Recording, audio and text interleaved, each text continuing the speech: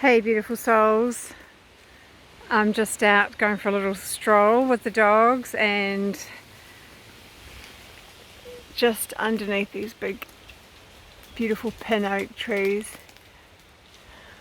kind of just ducking for cover because the little acorns are dropping. It's quite windy. The pigs have been out here, they love the acorns. It's their favourite at the moment, with Fijo is pretty making a close second. These beautiful leaves. So far my husband's been very patient in not wanting to get them off the driveway because he knows I love them and they're nice and dry. You can walk in them and play in them. Look at this. Beautiful, eh?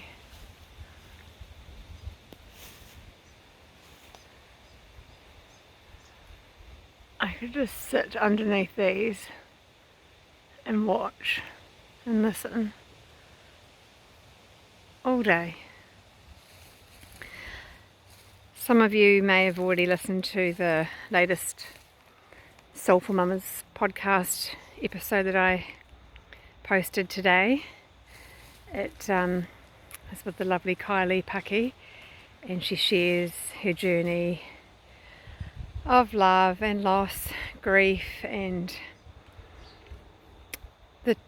all the turmoil that goes with that, and rediscovering life without your person.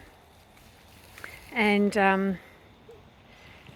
Kylee and her two boys are very near and dear to me, and it was hard. It was hard recording it. It was hard hearing that story, and because my heart hurt so much for her and her boys, but I think I gained so much as well, and I could see how much she's grown, and that's why she's wanting her story to be shared so that others can look for the good, find the good, and focus on the positive things and the light-filled things, and not stay in the depths of whatever the despair is that you might be experiencing long term. It's permission to be able to be in that space, and it's having the support people around you to be able to hold that space for you. And it's a big thing I got from that, is that she had really good support, and she had really, really good tools in her kete to support her as she navigated that time and these times, still navigating them now. And I think that's one of the big takeaways for each of us, is that it's how you look at life. And what did she say? Finding the good. Because when you can try and find the good in any one day, then you find more of the good. Like attracts like, if you know what I mean. And when you have that, you have perspective and more synchronicities, and more support and guidance actually does come your way, because you're able to see it, notice it, experience it. And I think that's a really powerful reminder for each of us. And you know, we have just gone through our new moon, and it was a total solar eclipse as well, so everything's quite amplified, feeling like it's on steroids. And I've done other episodes on this, and many people have, and your experience of that is your experience of that.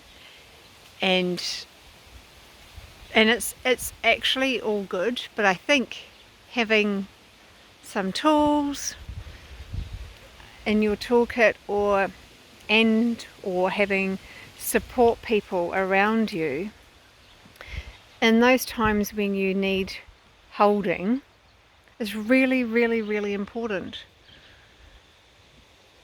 And so in this time of this new moon new moon in Aries, which is, Aries is all about action and fire and doing and all of that. And because in a new moon it's time, it's like we get another go. It's another moon, another lunar month ahead, and we get to give it another go. And so what seeds are we planting? What are we laying down? What do we want to bring into fruition? And it's a really powerful time to do this. And maybe it's about thinking, who are your people? Who are your people that you can talk to, that you can call on? Who's that tribe for you? Who are those people? Or what are the tools that you have? Like Kylee has a meditation practice. Do you have a practice that you do that's a non-negotiable practice that really truly supports you and holds you when you navigate big things and the little things? So yeah, maybe take some time to reflect on this, to think about this. What is it that you do or you need? And if you do need that support, who can you reach out to? It could be, you know, a trusted friend that really lights you up, and it's a real reciprocal relationship where the balance of giving and receiving is equal. It could be that, it could be a family member, maybe someone you work with, or maybe you need someone beyond that, external somebody. Could be a group that you join, yoga or sports activity, hobby, whatever that is. Or it could be in the form of a more professional personal group as well. But whatever that looks like, do you have that? Do you have that connection? Do you have that community? And if you don't, you need to take the steps to, first of all, putting the intention out that that's what you are seeking, and then you take the steps necessary to find that. So you're looking out for, you know, that rugby team, that soccer team, that netball team, that salsa dancing, whatever it is. Or it might be that you need that support in the form of a coach or some kind of guide, mentor to help you. Where can you find those people? And breadcrumb by breadcrumb, they do come into your orbit, but you have to put the intention out there that that's what you're looking for, and take the necessary steps forward for that to happen, and find those people. And in another message from Kylee, or you know, that I really took on board, is that you truly have to live each day to its fullest.